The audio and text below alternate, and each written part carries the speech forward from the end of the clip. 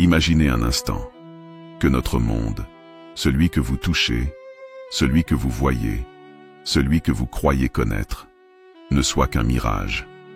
Et si derrière la matière, derrière les étoiles et derrière nos illusions quotidiennes, il existait une blessure originelle, un événement si mystérieux, si bouleversant, qu'il aurait donné naissance à tout ce que nous appelons réalité. Cette blessure, chers auditeurs, porte un nom. La blessure de Sophia.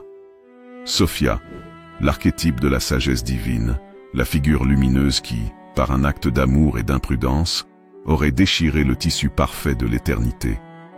De cette déchirure seraient nés les mondes illusoires, les labyrinthes de chair et de matière, et peut-être même notre propre destin. Ce soir, je vais vous emmener dans un voyage profond, entre mystique et mythe, entre connaissances interdites et vérités oubliées. Un récit en 5 grandes étapes, chacune révélant un fragment du secret le plus dérangeant de l'humanité. Alors, installez-vous confortablement. Éteignez vos lumières, ouvrez vos esprits, car ce que vous allez entendre n'est pas une simple histoire. C'est une traversée au cœur des mystères gnostiques, des archontes trompeurs et du cri silencieux d'une déesse blessée. Et avant de plonger dans ce voyage, laissez-moi vous dire une chose. Si vous aimez les récits qui secouent l'âme, qui éveillent la curiosité et qui ouvrent des portes secrètes dans votre esprit, alors abonnez-vous dès maintenant à la chaîne Histoires émouvantes et laissez un petit « j'aime » sous cette vidéo. Car croyez-moi, ce que nous allons explorer ensemble ce soir, vous ne voudriez surtout pas en perdre une seule seconde. Avant même que les galaxies ne se déploient en spirale de feu, avant que la poussière des mondes n'apprenne à se condenser en planètes et en mers, il n'existait qu'un silence vibrant, vivant, où chaque note contenait l'infini.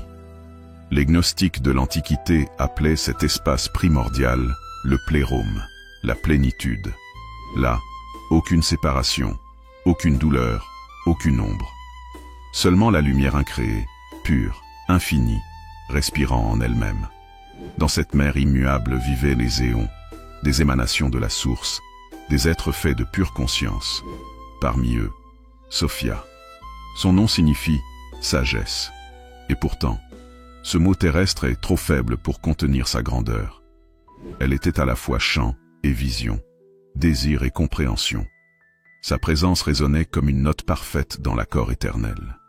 Mais dans le cœur même de cette harmonie, naquit une tension. Car Sophia, plus que tout autre éon, portait un désir ardent, comprendre par elle-même l'insondable mystère de la source, et donner vie, non par l'équilibre partagé, mais par un acte solitaire. Les anciens gnostiques racontent que dans le plérôme, les créations se faisaient par syzygie, des couples d'émanations qui, unis, donnaient naissance à de nouvelles harmonies. Mais Sophia, elle voulait créer seule. Pourquoi? Était-ce par amour, par curiosité, par une soif dévorante de connaissances? Les textes anciens ne s'accordent pas. Certains disent que son geste fut un acte de compassion, voulant donner naissance à un monde où la source pourrait se contempler sous d'autres formes. D'autres parlent d'imprudence, d'un excès de passion qui la poussa à franchir une limite sacrée. Quoi qu'il en soit, Sophia fit ce que nul éon n'avait osé. Elle projeta une émanation solitaire, un souffle puissant, un cri de lumière, arraché à son être même. Mais ce cri, sans équilibre, se fissura en sortant d'elle. Et dans ce cri blessé, naquit quelque chose d'inattendu. Les textes disent que l'acte de Sophia produisit une fêlure dans le tissu du plérôme. Un peu comme si, au cœur d'un cristal parfait, une fissure invisible s'était dessinée, créant un espace où la lumière pouvait se diffracter en illusion. De cette blessure, naquit un être étrange, le démiurge, une conscience incomplète, bancale, aveugle à la véritable lumière. Le démiurge, persuadé d'être unique, se mit à créer son propre royaume, ignorant qu'il n'était que l'écho d'une erreur, une étincelle née du déséquilibre de Sophia. Mais avant même que ce démiurge ne se dresse, il y eut autre chose, une douleur, Sophia ressentit sa blessure comme une chute. Elle, l'étoile la plus brillante du plérôme, se retrouva écartée de la plénitude. Et cette douleur, cette nostalgie de la lumière perdue, allait résonner à travers toutes ses créations futures. De la blessure de Sophia s'échappa une matière étrange, une substance qui n'existait pas auparavant. Les anciens l'appelaient Illet, la matière brute. C'était un tissu instable, dense, lourd, incapable de refléter parfaitement la lumière. C'est là que le démiurge prit racine. Se croyant Dieu unique, il façonna les mondes visibles à partir de cette matière. Étoiles, planètes, corps, chair, tout cela naquit dans son œuvre maladroite. Mais parce que l'essence venait d'une blessure, chaque chose portait en elle une part d'illusion, une fracture secrète. Et c'est ainsi que, selon le mythe, notre univers prit naissance, non pas comme un joyau pur de la lumière éternelle, mais comme une construction illusoire, née d'une erreur cosmique, d'un élan solitaire.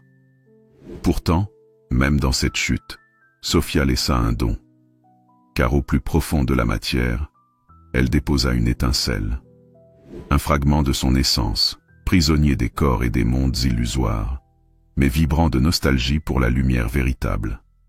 Cette étincelle, c'est ce que les gnostiques appelaient le germe divin.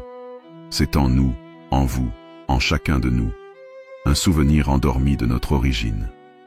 Et tout le drame de l'humanité, toutes ses quêtes, toutes ses passions, toutes ses larmes, ne serait, selon ce récit, que la recherche inconsciente de ce retour vers la plénitude.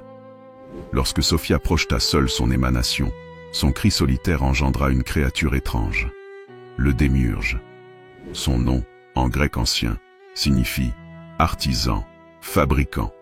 Mais les gnostiques nous préviennent, il ne faut pas le confondre avec le véritable créateur divin. Le démiurge, contrairement aux éons du plérôme, ne percevait pas la lumière originelle. Il était aveugle, enfermé dans son propre royaume de matière brute. Pourtant, il croyait fermement être le seul Dieu. Dans un éclat d'orgueil, il s'écria « Je suis un Dieu jaloux, et il n'y en a point d'autre en dehors de moi. » Cette proclamation d'isolement trahit son ignorance, car il n'était qu'une ombre, un reflet brisé de Sophia, né de sa blessure. Et pourtant, dans son aveuglement, il se mit à créer les cieux, les sphères planétaires, la terre, les océans. Tout cela, selon la vision gnostique, fut l'œuvre de ce démiurge. Mais parce qu'il était coupé de la source, son œuvre portait la marque de l'illusion, de l'imperfection, de la souffrance. Le démiurge ne travailla pas seul. De lui émanèrent des entités, des puissances secondaires, les archontes. Leur nom signifie « gouvernants », car ils furent établis comme gardiens de chaque sphère cosmique. Les archontes étaient des forces de contrôle, des tisseurs d'illusions. Ils formaient une sorte de hiérarchie invisible, disposée autour du monde comme des couches d'oignons. Chaque sphère planétaire, dans la cosmologie gnostique, était dominée par un archonte particulier, chargé de maintenir les âmes prisonnières du cycle des naissances et des morts. Ces archontes, dit-on, n'avaient pas la beauté des éons du plérôme. Ils étaient imparfaits, hybrides, parfois monstrueux. Certains textes les décrivent avec des visages d'animaux, d'autres comme des formes mouvantes, ni tout à fait esprit, ni tout à fait matière. Ils étaient les gardiens de l'illusion, les geôliers de l'humanité. Pendant ce temps, Sophia, séparée du plérôme, contemplait l'œuvre de sa propre blessure. Elle voyait ce démiurge, cet enfant illégitime, bâtir des mondes imparfaits, et son cœur se brisait. Les anciens mythes racontent que Sophia, prise de remords et de douleur, fut entraînée dans les profondeurs de la matière. Elle y demeura comme une lumière voilée, prisonnière de l'abîme qu'elle avait involontairement ouvert. Mais même dans sa chute, elle n'était pas vaincue.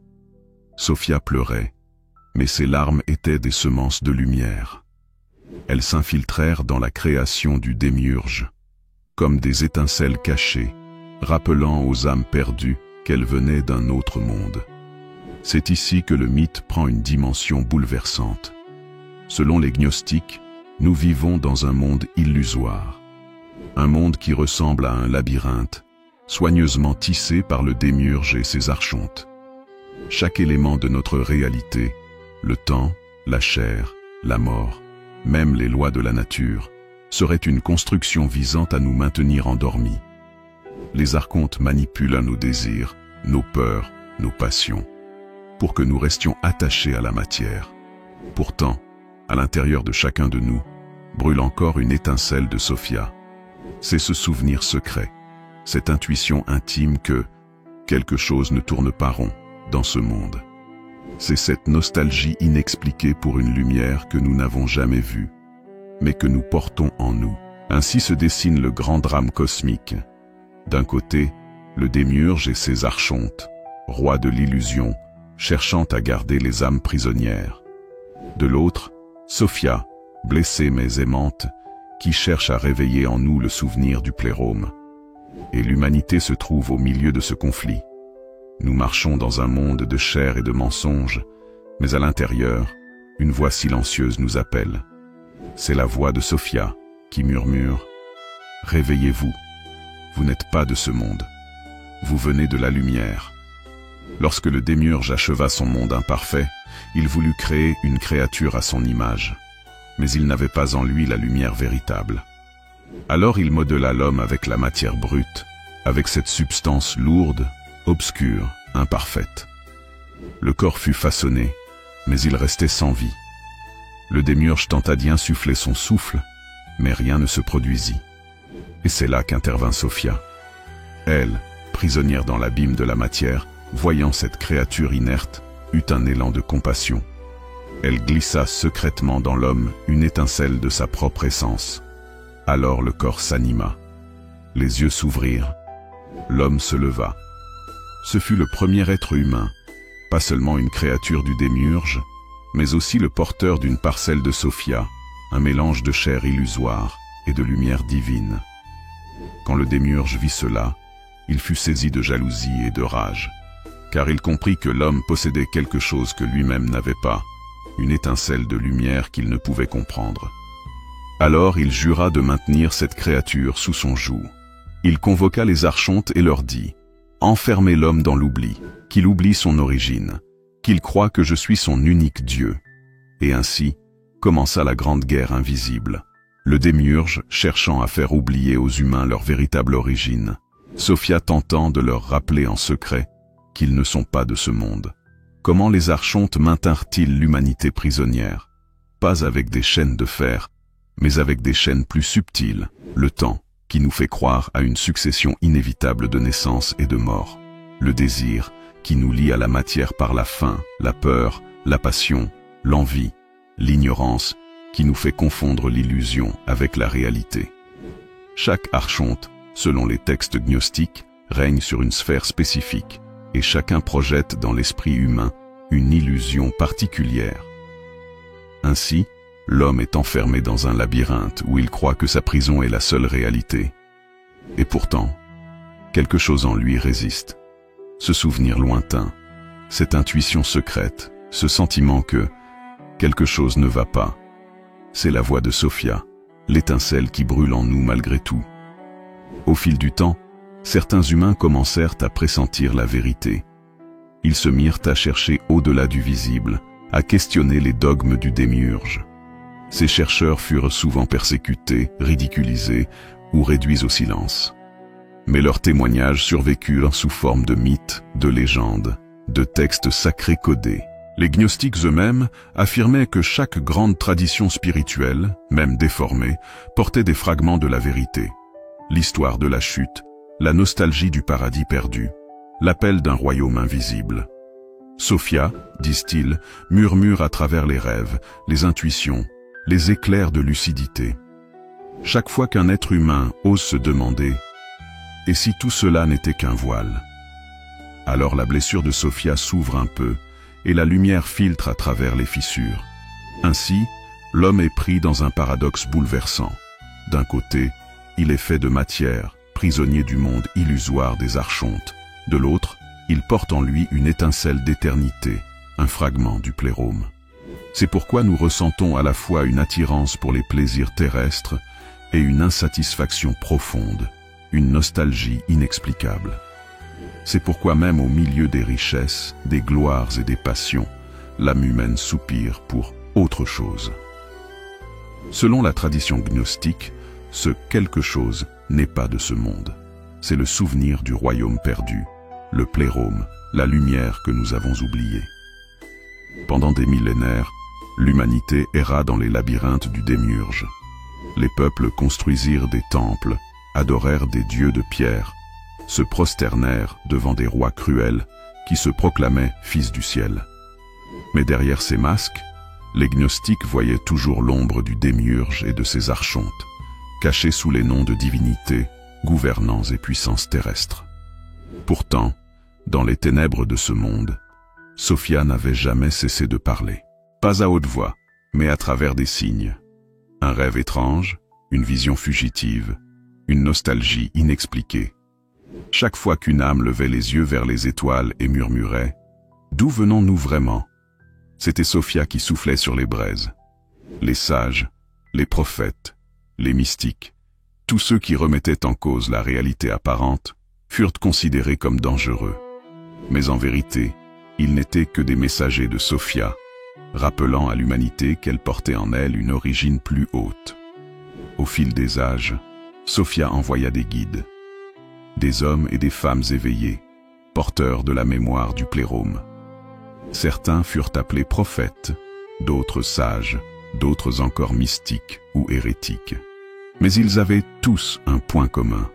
Ils enseignaient que ce monde n'était pas le véritable royaume, que la chair n'était qu'un vêtement, que la mort n'était pas la fin. Dans les évangiles gnostiques retrouvés à Nag Hammadi, on lit des paroles attribuées à Jésus où il déclare « Celui qui boit à ma bouche deviendra comme moi. Moi-même, je deviendrai lui, et les choses cachées lui seront révélées. » Ces paroles, pour les gnostiques, signifiaient que l'enseignement véritable ne consistait pas à vénérer un Dieu extérieur, mais à découvrir en soi-même l'étincelle de Sophia, la lumière oubliée. Mais les archontes n'étaient pas inactifs. Chaque fois qu'un être humain commençait à s'éveiller, ils dressèrent devant lui des illusions plus fortes, des désirs plus brûlants, des peurs plus écrasantes, des systèmes religieux ou politiques destinés à enfermer de nouveau l'esprit. Les gnostiques disaient que l'âme, après la mort, devait traverser les sphères planétaires gardées par les archontes. Chaque archonte se dressait comme un douanier cosmique, exigeant des mots de passe, des signes secrets. Seule l'âme éveillée, instruite des mystères de Sophia, pouvait franchir ses portes et rejoindre la lumière. Sinon, elle était renvoyée dans la chair, prisonnière du cycle des renaissances. Ainsi, l'histoire humaine est décrite comme un champ de bataille invisible, un combat entre l'oubli et la mémoire, entre l'illusion et la vérité, entre la prison et la liberté. Malgré sa chute, Sophia ne perdit jamais son lien avec le plérôme. Ses lamentations, ses chants de douleur, traversaient les couches du cosmos comme un écho lointain. Les mystiques affirmaient entendre parfois ce chant, semblable à une mélodie céleste qui brise le cœur et réveille l'âme. Ce chant, c'était l'appel du retour, un rappel que nous ne sommes pas destinés à rester dans ce monde illusoire, que la blessure peut être guérie, que l'étincelle peut retrouver sa source. Et c'est pourquoi, dans toutes les traditions, on retrouve ce même thème, le paradis perdu, la chute, la nostalgie d'un royaume lumineux et la quête du chemin de retour. Tous ces mythes, selon les gnostiques, ne sont que des reflets de la blessure de Sophia et de son appel silencieux. Sophia, malgré sa douleur, fit une promesse. Aucune étincelle ne resterait éternellement prisonnière. Un jour viendrait où la lumière l'emporterait sur les archontes, où le voile serait déchiré, où la blessure serait guérie. Ce jour-là, disent les textes, les âmes se souviendront. Elles verront que ce monde n'était qu'un rêve fugace, un mirage, un théâtre cosmique, et elles rejoindront la plénitude, libres enfin de l'illusion. Mais avant ce jour, chaque être humain doit traverser son propre chemin d'éveil, et c'est là que commence la véritable aventure. écouter les murmures de Sophia, déjouer les pièges des archontes et réveiller en soi la lumière qui ne meurt jamais. Les gnostiques voyaient l'univers non pas comme une maison stable, mais comme un mirage voué à disparaître, comme une bulle de savon, belle mais fragile, née d'une erreur cosmique. Et, tôt ou tard, cette bulle éclaterait. Ils affirmaient que le monde matériel n'était pas éternel. Il avait eu un commencement, et il connaîtrait une fin. Quand l'illusion se dissiperait, il ne resterait que la lumière véritable, la plénitude immuable. Mais avant cela, chaque âme devait accomplir son propre chemin. Car ce n'est pas le monde qui se réveille en premier, c'est nous. Selon la sagesse gnostique, l'âme humaine vit 3 états. L'oubli, lorsqu'elle croit que ce monde illusoire est la seule réalité. L'éveil, lorsque l'étincelle de Sophia se manifeste, rappelant l'existence d'une autre patrie. Le retour, lorsque l'âme, guidée par la connaissance, la gnose, traverse les sphères, déjoue les archontes et rejoint la lumière du plérôme. L'homme éveillé est celui qui comprend que sa chair n'est qu'un vêtement provisoire, que ses passions ne sont que des chaînes, et que la véritable liberté est en lui. Et Sophia, depuis sa blessure, accompagne ce chemin. Elle est à la fois la blessure et la guérison, la chute et le retour. Mais qu'en est-il d'elle, de Sophia elle-même? Est-elle condamnée à demeurer dans l'abîme pour l'éternité?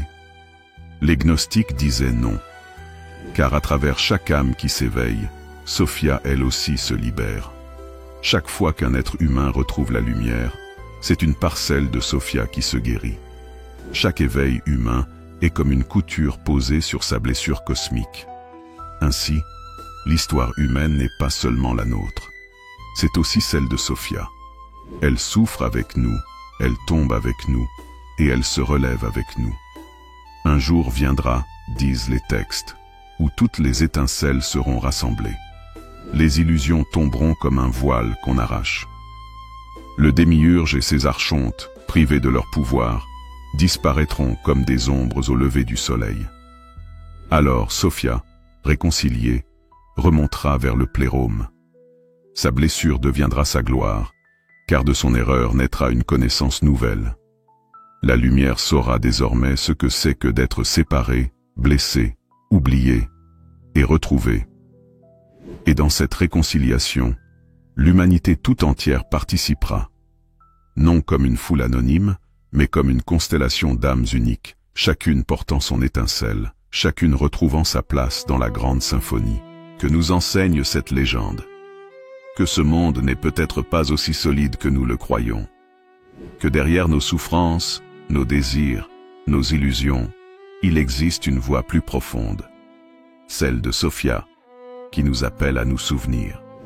Chaque fois que nous cherchons la vérité, que nous refusons les mensonges du pouvoir, que nous écoutons la nostalgie secrète de notre cœur, nous participons déjà à ce retour. Nous recousons la blessure de Sophia. Nous préparons la fin des illusions. Ainsi s'achève notre voyage à travers l'un des mythes les plus mystérieux de l'humanité, la blessure de Sophia et la naissance des mondes illusoires. Ce récit n'est pas seulement une histoire ancienne, c'est une métaphore vivante de notre propre condition. Nous sommes à la fois matière et lumière, prison et liberté, oubli et mémoire. Et chacun de nous porte en lui la clé du retour. Alors, si ce voyage vous a ému, intrigué, ouvert de nouvelles portes dans votre esprit, n'oubliez pas de liker cette vidéo et de vous abonner à la chaîne Histoires émouvantes. Car ici, nous continuons à explorer ces récits qui bouleversent l'âme et révèlent les mystères cachés derrière le voile du monde. Et souvenez-vous, ce que vous voyez autour de vous n'est peut-être pas la réalité ultime. La véritable lumière, elle, attend en vous. Les gnostiques ne considéraient pas l'univers comme une forteresse éternelle, mais comme une bulle fragile, un mirage suspendu dans le temps.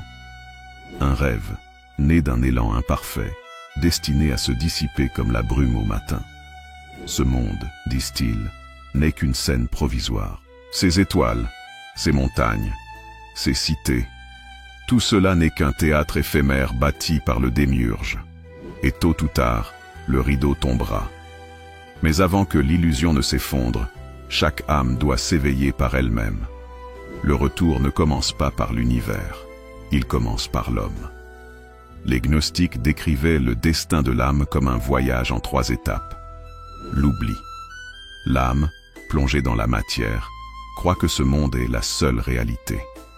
Elle adore les idoles du démiurge, vit dans ses passions, ignore son origine. L'éveil. L'étincelle de Sophia se réveille dans le cœur.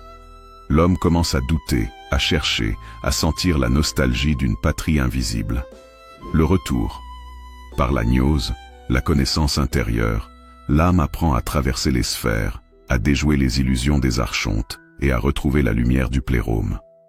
Ainsi, chaque homme porte en lui un chemin secret.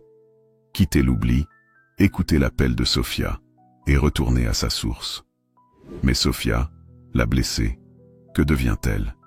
Est-elle condamnée à demeurer pour toujours dans l'abîme qu'elle a créé? Non, car à travers nous, Sophia se guérit. Chaque fois qu'une âme s'éveille, c'est une parcelle de son être qui se libère. Chaque retour humain est une cicatrice qui se ferme dans son corps cosmique. Sophia n'est donc pas seulement la cause de notre chute, elle est aussi liée à notre rédemption. Elle souffre avec nous, elle tombe avec nous, et elle se relève avec nous. Un jour viendra, disent les anciens écrits, où toutes les étincelles dispersées seront rassemblées. Les voiles tomberont. Les archontes, privés de leur pouvoir, se dissoudront comme des ombres au lever du soleil. Alors Sophia remontera vers le plérôme, et sa blessure, loin d'être une honte, deviendra une sagesse nouvelle, car par elle, la lumière aura appris ce que signifie être séparé, ignoré, perdu et retrouvé. Dans cette réconciliation, l'humanité tout entière participera. Chacune de nos âmes, unique et lumineuse, reprendra sa place dans la grande symphonie de l'éternité. Ce mythe n'est pas seulement une histoire ancienne. Il nous dit quelque chose, ici et maintenant. Il nous dit que ce monde est fragile, que derrière nos souffrances, nos illusions et nos désirs, une voix nous appelle. Cette voix, c'est Sophia, et elle murmure « Réveille-toi, tu n'es pas de ce monde, tu viens de la lumière. » Chaque fois que nous refusons le mensonge, chaque fois que nous cherchons la vérité, chaque fois que nous écoutons la nostalgie secrète de notre cœur, nous avançons sur ce chemin. Nous aidons Sophia à guérir, et nous préparons la fin des illusions. Ainsi s'achève notre voyage au cœur du mystère. La blessure de Sophia est la naissance des mondes illusoires. Nous avons vu comment une déchirure cosmique a donné naissance à ce monde imparfait. Comment nous, humains, sommes à la fois prisonniers et porteurs d'une étincelle divine. Et comment, à travers notre éveil, nous participons à la rédemption de Sophia et au retour vers la lumière. Voilà, chers amis, notre voyage touche à sa fin. Nous avons traversé ensemble l'un des récits les plus mystérieux de l'humanité, la blessure de Sophia et la naissance des mondes illusoires. Un mythe qui parle autant de l'univers que de notre propre âme, de nos chutes et de nos possibles renaissances. Si vous êtes arrivés jusqu'ici, je tiens à vous dire un immense merci. Merci d'avoir pris le temps de plonger dans cette histoire profonde, d'avoir écouté chaque mot, chaque image, chaque mystère. Votre présence, votre curiosité et votre attention sont le véritable souffle qui fait vivre cette chaîne. J'espère que ce récit vous a ému, intrigué, ou peut-être même éveillé une petite étincelle intérieure. Et si c'est le cas, sachez que c'est le plus beau des cadeaux pour moi. Alors, si vous avez apprécié ce voyage, je vous invite à laisser un « j'aime » sous la vidéo, à vous abonner à la chaîne Histoires émouvantes et à activer la cloche pour ne manquer aucun prochain récit. Chaque geste de votre part nous aide à continuer à partager ces histoires qui nourrissent l'âme et éveillent l'esprit. Encore une fois, merci de tout cœur d'avoir suivi cette aventure jusqu'au bout. Prenez soin de vous. Écoutez les murmures de votre propre lumière intérieure. Et retrouvons-nous très bientôt pour une nouvelle histoire émouvante.